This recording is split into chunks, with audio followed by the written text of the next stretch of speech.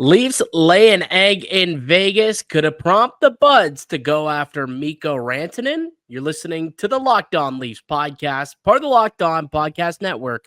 It's your team every day.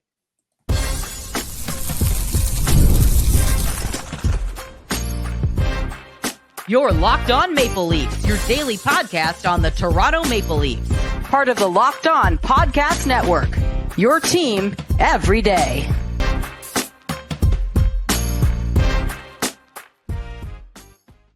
Hello and welcome into the Locked On Leafs podcast, a daily Maple Leaf-centric podcast hosted by myself, Mike DiStefano, and my co-host, Dave Morassutti. Today's episode is brought to you by FanDuel. Right now, FanDuel customers can get $150 in bonus bets if your first $5 bet wins. Hopefully, you did not bet on the Maple Leafs to win this game against the Vegas Golden Knights, because that didn't happen, Dave. That was an ugly one, wasn't it? Aren't we so glad we stayed up for that 10:30 puck drop? Dude, you could have went to bed at realistically like 10:53. 3 Cobb. That was game. That was done. Absolutely over. As soon as Joseph Woll got pulled, they were just like, yeah. A lot of people I know were just like, yeah, I'm done. Sometimes you could see you get the goalie out of there and then you get the new goaltender in there. And sometimes the team, really, it turns things around. We've seen it happen before. But not this case.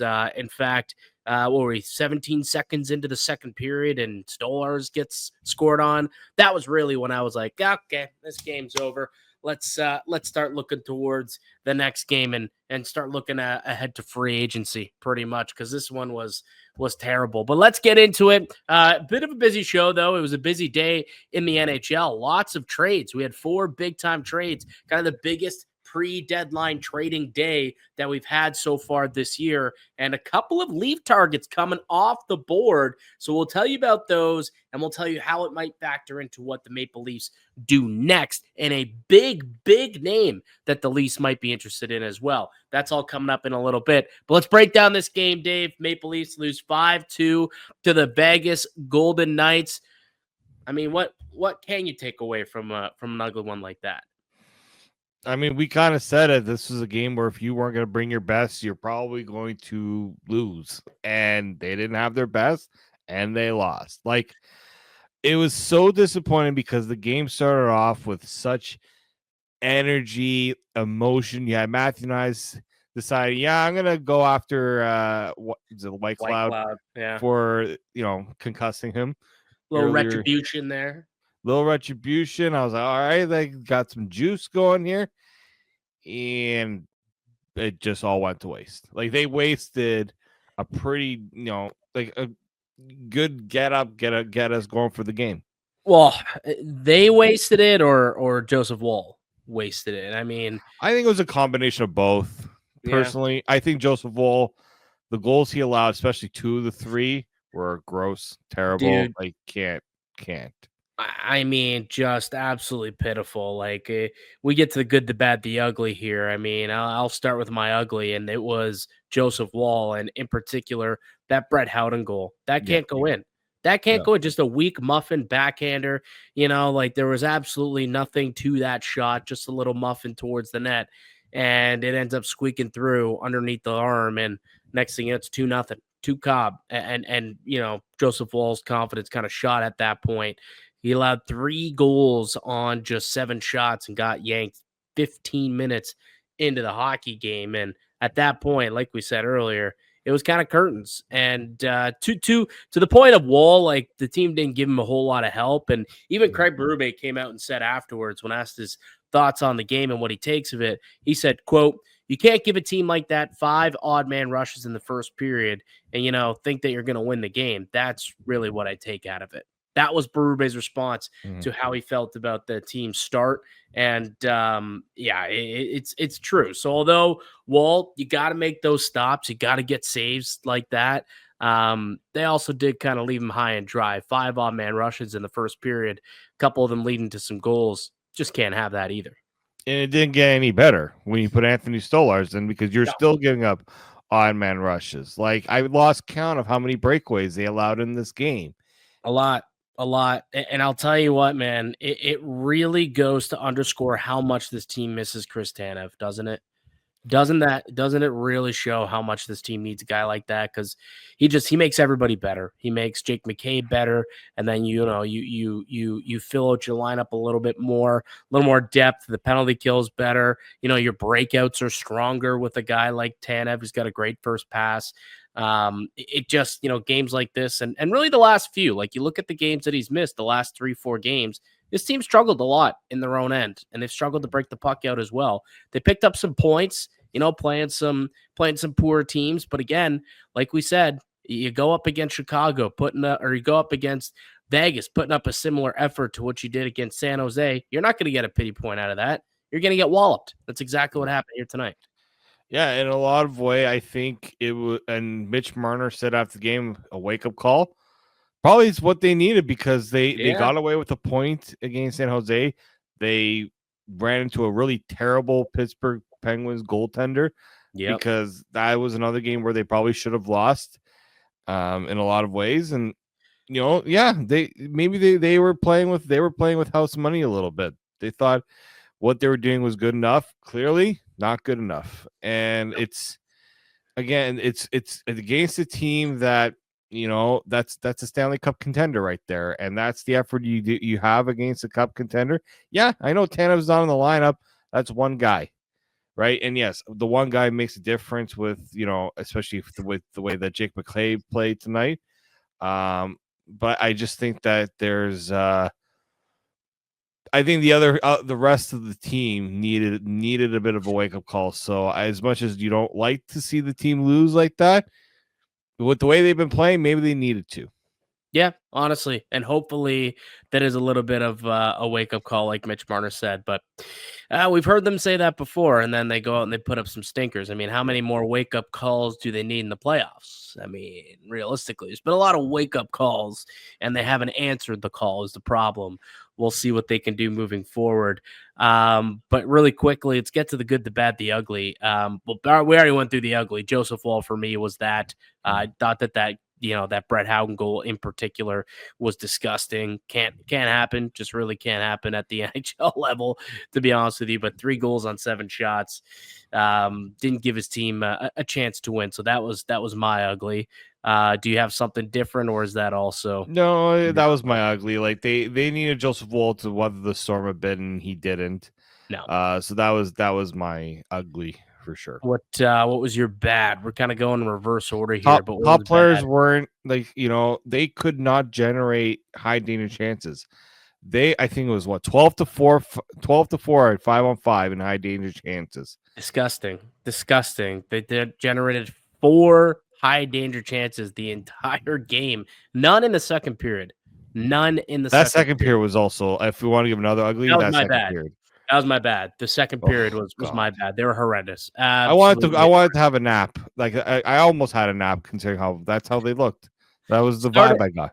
Well, it started bad. Like you let in a goal 17 seconds in, it just kind of tumbled from there. Now we'll say they made some adjustments. And I thought the third period, was a little more of an even game at that point. It was kind of over.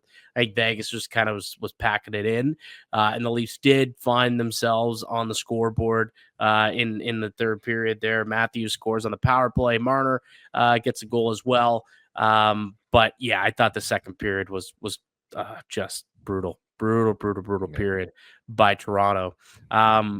There was some good though. I think, like I said, the battle back in the third, the fact that they didn't completely quit on the team, the adjustments that were made. I liked the McMahon, Tavares, and Marner line once they got put together out there. Again, not a whole lot of time. They only played the third period, had a few shifts together, but in those few shifts, they played 4 minutes and 16 seconds at 5-on-5, and they had 7-2 were the shot attempts when they were out there on the ice. 3-1 were the shot attempts, and Marner obviously scores a goal, and the scoring chances 5-1 when those 3 were out there on the ice. So not a whole lot of time, but they generated some chances. So I think going forward, especially since we really haven't seen a whole lot of offense from Austin Matthews lately, why not give this a go? Like we've seen it this Marner Matthews pairing get broken up from time to time. I think you just try and build off of the success you had here with McMahon, Tavares, and Marner moving forward, and then you try and see what Nylander, Matthews, and Nyzee can do, because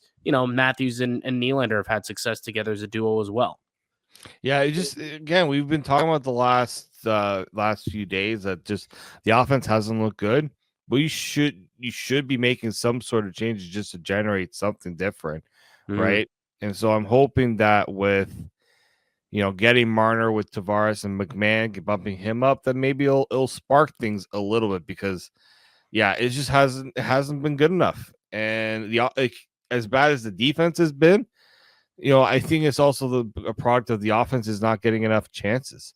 They're not generating enough, and that's putting a lot of pressure on the goaltending on the blue line to play more perfect than they should. Right? They shouldn't have to be worried about giving up 2-3 goals. Right? This offense should be able to score a lot more than they have been. Absolutely, Dave. They should be able to. Whether or not they can start doing that, though, we've been saying that kind of all season, that it's been a trying year when it comes to getting that secondary scoring. It's been a bit of a difficult one this season as well. Could they maybe make a big splash at the deadline, though, and add a former 50-goal scorer to the ranks? That seems like a little bit more likely after reporting we heard today. We'll tell you about who that player could possibly be next here on the Locked On Leafs podcast. Today's episode is brought to you by FanDuel. When the game tips off, the NHL action is just getting started, and there's no better place to get in on it than FanDuel, America's #1 sportsbook. With FanDuel, you can place live bets throughout the game, so even if you miss the opening faceoff or you want to bet on a third-period comeback, you can stay in on the action. And if you're looking for a bigger payout, you can even combine your live bets into a same-game parlay. I love using FanDuel's live betting feature because it keeps every moment of the game exciting. Whether I'm backing my team for a late game rally or picking a player to score a goal, I never feel like I miss my chance. Plus, the app is super easy to use, and when you win, you get paid instantly. Tonight, my best bet, I bet for Austin Matthews to score a goal. Is at plus 125, really good odds. He scored, I got paid minutes later. Right now, new FanDuel customers can get $150 in bonus bets if your first $5 bet wins. Just visit FanDuel.com to join today. That's FanDuel.com for your shot at $150 in bonus bets. Make every moment more with FanDuel, the official sports betting partner of the Locked On Network. The Locked On Leafs podcast continues. Mike DiStefano, Dave Morassutti with you as we are each and every weekday here in the Locked On Leafs podcast, which is free and available wherever you get a podcast, and is also available on video format on YouTube as well. We're on a road to 10K subscribers on YouTube. So if you enjoy the content, please subscribe. And once we hit 10K, we're giving away a Leafs jersey. So make sure you're subbed up to be eligible for that giveaway. The Maple Leafs may be interested in a heavy player at the trade deadline. Dave, we are just a day away at this point from the 3 p.m. NHL trade deadline, and it sounds like the Leafs could potentially be entering the Mikko Rantanen sweepstakes. What's going on there, pal? Yeah, Elliotte Friedman with a little quick blog, as we like to call them, said that obviously Carolina hasn't been able to get him locked up to a deal. So they're like, well, can we actually recoup anything just in case, he decides to leave in free agency and we gave up a pretty decent chunk of change to pick him up in the first place. So so they're basically asking around the league to look at potential returns, whether as a rental or a trade with an extension added to it. Mm-hmm. And there's 3 teams that Elliotte Friedman listed, that being Toronto, Dallas, and Los Angeles. Toronto, you say, Dave? Toronto, you say? Now, I do wonder how much of that is like somewhat clickbaity to make sure that we all talk about it. But how much interest do you think the Leafs actually have in landing Rantanen? Like, that would be that's not a need per se. I mean, any team could use a Rantanen, that's for damn sure. But we've been talking about center iceman and right shot defenseman for the better part of, 2 years for what this team actually needs. And all of a sudden they might blow their entire assets cupboard on a winger, Mikko Rantanen. Like, how likely do you think this actually is? I'd put it on the low chance, just because, they have so many other needs. And Elliotte Friedman also said that it's an incomplete list. Like, there's certainly more teams that are probably interested. I think someone reported that the Panthers have also expressed interest. They got a lot more cap space with Kachuk going on LTIR for the rest of the season. Yeah, do any of the Leafs players need a little bit of a breather before the playoffs? So we can just Unfortunately, no. It sounds like they're actually getting players back and accumulating more or less cap room as opposed to more with the deadline approaching. Amateurs, but like, I think if you like Carolina, obviously, if they want to maximize the return potential on Rantanen, if you get him at 50% retained, that'd be at a $2.3 million cap hit. Imagine having a Mikko Rantanen on your roster for a $2.3 million cap hit. Well, what would you pay for that, Dave? What would you pay for that? Like, if you're the general manager of the Toronto Maple Leafs, you're calling, what is it? What's his name now? Eric Tulsky? Yeah. You're calling Eric Tulsky, the general manager of Carolina. What's your offer, Dave, to try and land Mikko Rantanen? And are you offering to try and get an extension, or do you want him as a rental? Oh, I think as a with an extension, I think I don't even think Rantanen is going to want to sign an extension. I think he's going to want to take this to market and see what he can get. Yeah. So I'm just looking back at the trade. They gave up Martin Necas, Jack Drury, a second and a fourth to get Rantanen. So the Leafs obviously would have to put a first in there. Mm-hmm. They'll probably want a roster player involved in that. I don't even know what the roster player would potentially be. Well, the name that was floating out there a week ago was like they would ask for Matthew Nyes. Yeah, for Rantanen. Not as a rental, but if there's an extension in place, I think that's more of a conversation. And to me, that was a mistake Carolina made. Not if they're going to give up all those guys, maybe have a better sense of you can get them signed to an extension. Yeah. But I mean, good on Colorado. I mean, a lot of people roast them for trading Rantanen, and it's kind of looking a little better for them right now. True. But if I'm the Leafs, only way I would consider doing a deal like that is if I know that he's signing an extension. Considering I don't even think the Leafs would entertain that right now, just because they've got a lot of things up in the air. Yeah, I even as a rental, they're going to want that, and I don't think it's worth it for the Leafs to do this type of rental deal, because Matthew Nyes is still a very effective player for them. Oh, absolutely. And now you add in a little physical fighting element to his game. It's like, this guy can do it all. Kill penalties, on first unit power play. He's on the top line. He's third on the team in scoring right now. Like, the guy's doing a heck of a lot with this team and dropping the mitts now too, apparently. It would be and he's young and controllable for many, many years. Whereas you're rolling the dice there that Rantanen leaves next year. Now you don't have Rantanen or Matthew Nyes. There's not much in the pipeline who could replace that. Like, Easton Cowan might be a nice player. I'm not so sure he can give you what Matthew Nyes gives you, not the physical element. He doesn't have that size that Nyes has or Rantanen has. So it's interesting. Like, the name got brought up, and I would imagine Tree Living is 100% doing his due diligence and calling to see what it would take. But I just can't wrap my head around a deal that makes sense for Carolina. And that's the problem I think we have here with the Maple Leafs and their interest and their probability of landing Rantanen. I'm with you. I think it's very low. I just don't think that there's a trade that makes sense. Like, and Toronto would have to move out.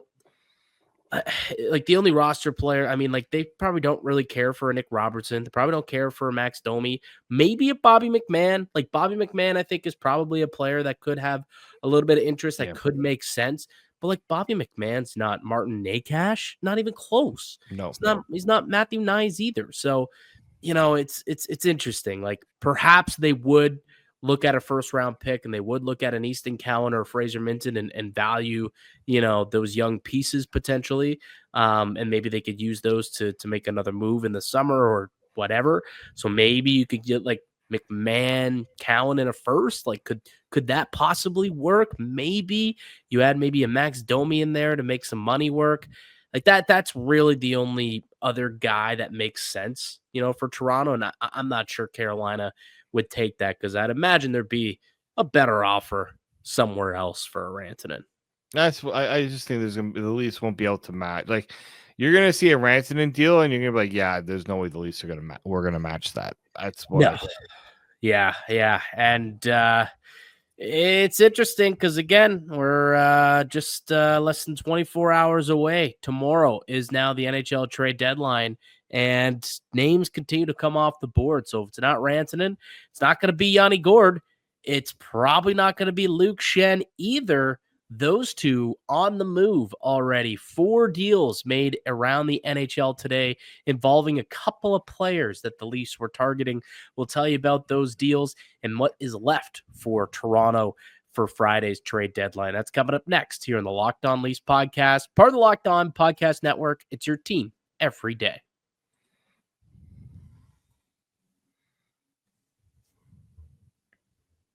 Welcome back into the Locked On Leafs podcast. Mike DiStefano, Dave Morassutti with you here on a Thursday. It is the eve of the NHL trade deadline, and we had 4 trades go down on Monday, on Wednesday rather, the busiest day so far leading up to the trade deadline, which is funny because usually about a week or two before there's a bit of a flurry. Didn't really get that this year. There was a couple of trades here and there, but not like a full-on flurry. So today's 4 trades felt like, it was a really busy Wednesday, 2 days out from the deadline.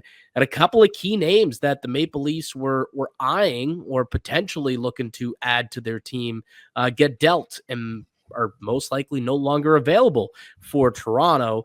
Yanni Gourde is one. Yanni Gourde was packaged up with Oliver Bjorkstrand and a 5th-round pick, and they go to Tampa Bay. So the Lightning, who are obviously fierce competitors of the Maple Leafs, really loading up, bringing in a goal scorer in Bjorkstrand, a 3rd-line center in Yanni Gourde, and they ship out a couple of 1st-round picks, a 2nd-round pick, and then Mikey Eyssimont as well.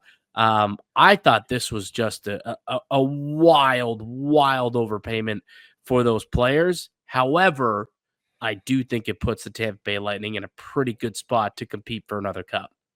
It does. I mean, this has been their MO the last, since 2019, right when they made the Blake Coleman trade. Like, even when they made the Blake Coleman trade, Coleman, they've done this a couple times now. Blake Coleman, Barclay Goodrow, Brandon Hagel, and now the one that didn't work out well for them also with Tanner Jeannot, and now they're swinging for the fences with the Bjorkstrand and bringing back Yanni Gourde, who won a cup with them prior to him leaving for Seattle via expansion.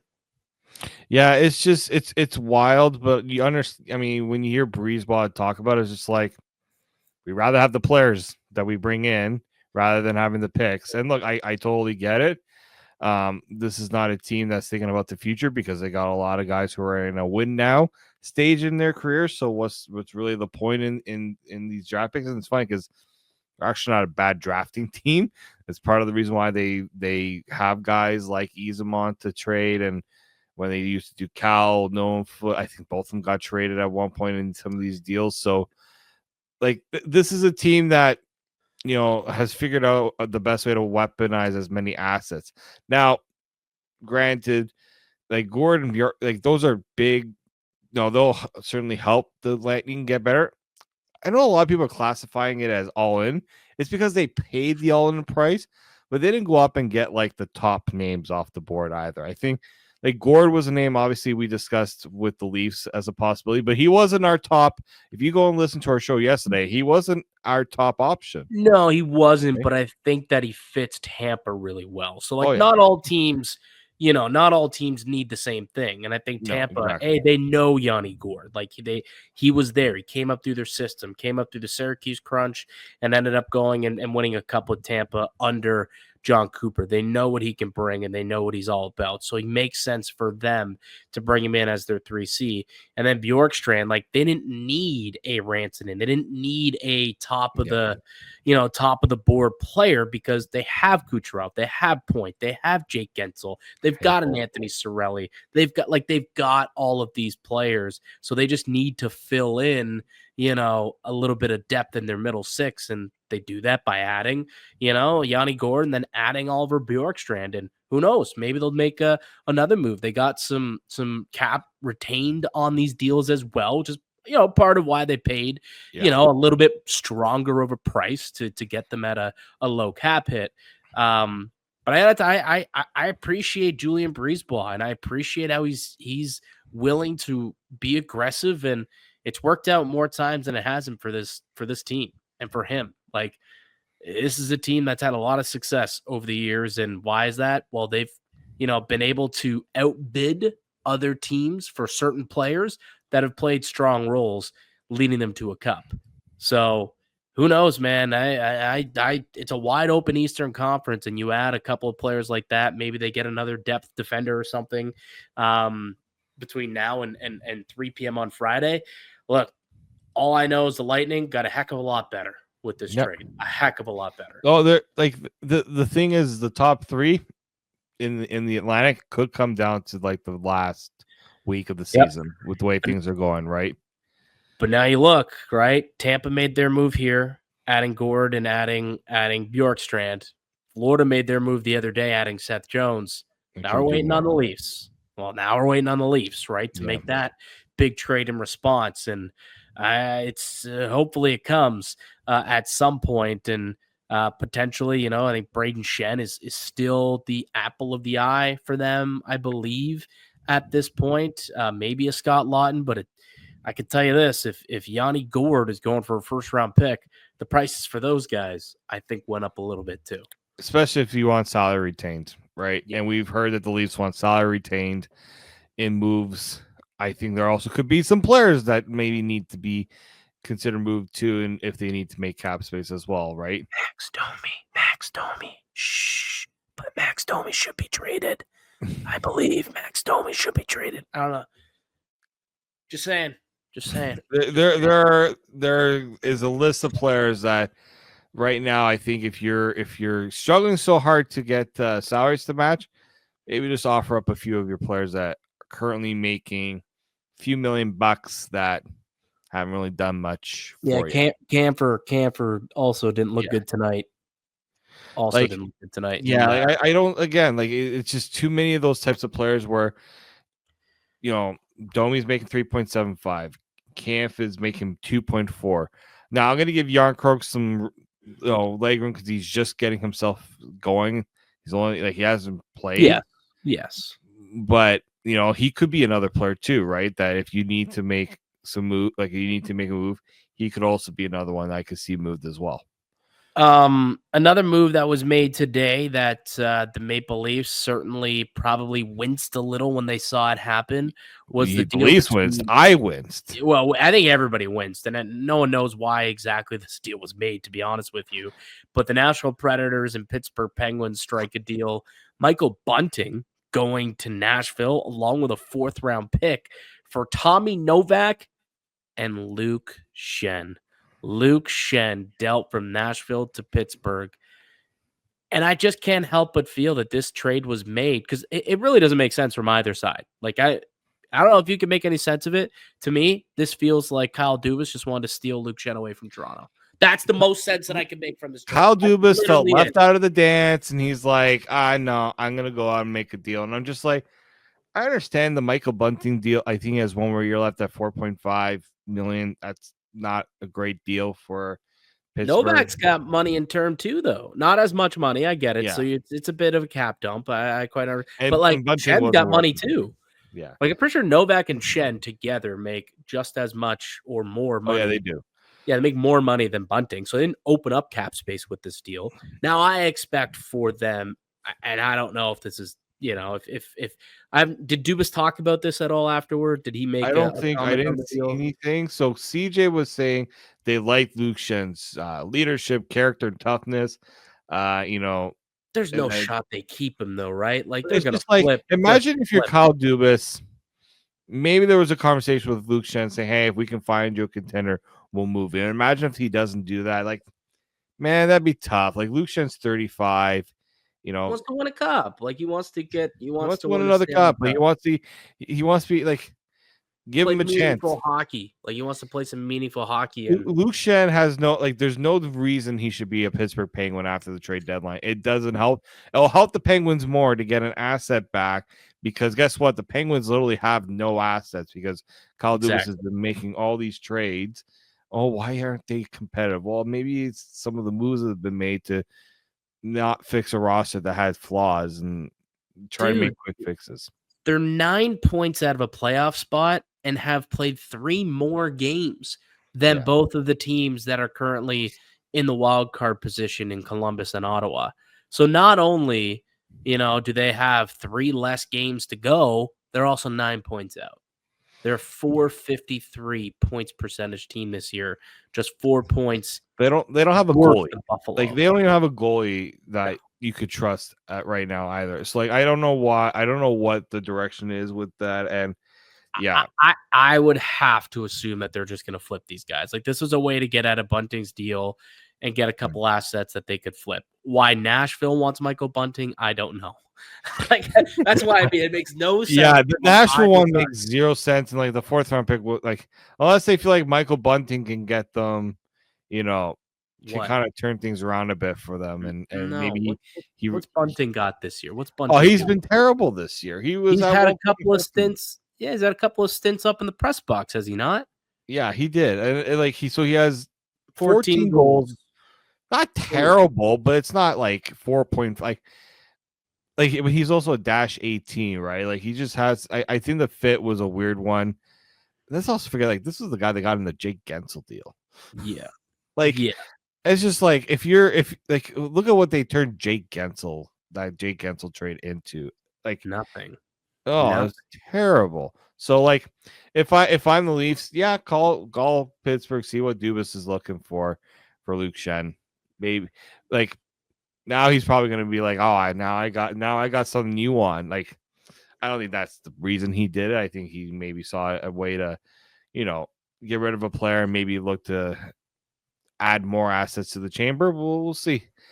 We'll see what happens.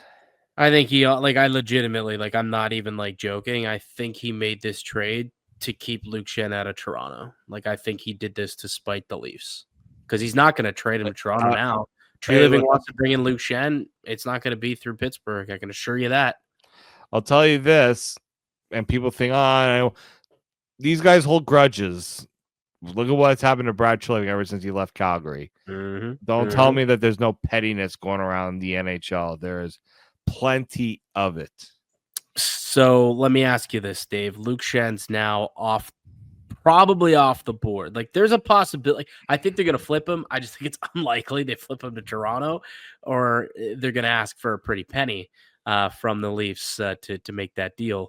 So if Luke Schenn is off the board, now where are you pivoting? Because he was one of your top defensemen when we did our top trade deadline players to target. He was one of your top defensemen. So now that he's off the board, who do you think the Leafs should now be kind of circling from a blue liner perspective? So I edited a story today by Justin Bourne. He did kind of 3 2-player combo trades to look into, or 2 combos to look into. So he brought up Scott Laughton and Rasmus Ristolainen. I know we brought up Ristolainen yesterday. I wasn't so hot on the idea, but then you know what? Might as well, if you can get retention done on a Ristolainen deal, I would consider it a bit more. And I don't know if the cost would be as high for a Ristolainen personally, so I would consider that. Unfortunately, he put up the Yanni Gourde idea, but now that's gone. But the other one was a Donato Connor Murphy sort of deal too. Yeah, I'd like that too. I mean, Donato doesn't really offensively, but defensively, it's he leaves a little to be desired for what you're looking for. I think. You're getting Murphy obviously to get that defensive improvement, and Donato would just be some much needed added scoring depth that can play center. Yeah, Like, he would be an upgrade, like realistically, probably an upgrade on what Max Domi is. Maybe then that's where you get, if you want to make the size work, you maybe see if Max Domi goes the other way. possibly. Yeah, I guess I'd if Chicago's willing to do 1-for-1 flip, I think I'd do that. Domi Right. for Donato. But other than that, I don't have much love, I guess, for Donato. But yeah, it's gonna be interesting now with because I think a lot of people just penciled in Luke Shen as Morgan Riley's D partner moving forward, and well, you're going to bed, and that's far less likely. How Dubas just Far goes less and blows likely. it all up. Yeah, Sure. and I think he did that purposely. I really, really, really do. But we'll see, man. There's another 24 hours until we've got the deadline coming up Friday, 3 p.m. Should be a lot of fun. On tomorrow's show, it'll be our final one before the deadline. So we'll kind of have a big primer and we'll play a little matchmaker. Will be a full-on trade deadline bonanza, kind of preview bonanza for us on tomorrow's show. So make sure you check back just like you can each and every day here in the Locked On Leafs podcast. But that'll do it for us here today on the show. I'd like to thank you all for listening and supporting the pod. You can subscribe to the Locked On Leafs podcast on all platforms and receive daily Leafs content. Follow myself on Twitter at Mickey_Canuck. Follow Dave at D_Morassutti and follow the show as well at Locked On Leafs. We'll be back with another episode for you guys tomorrow. But until then, keep it locked right here on Locked On Leafs.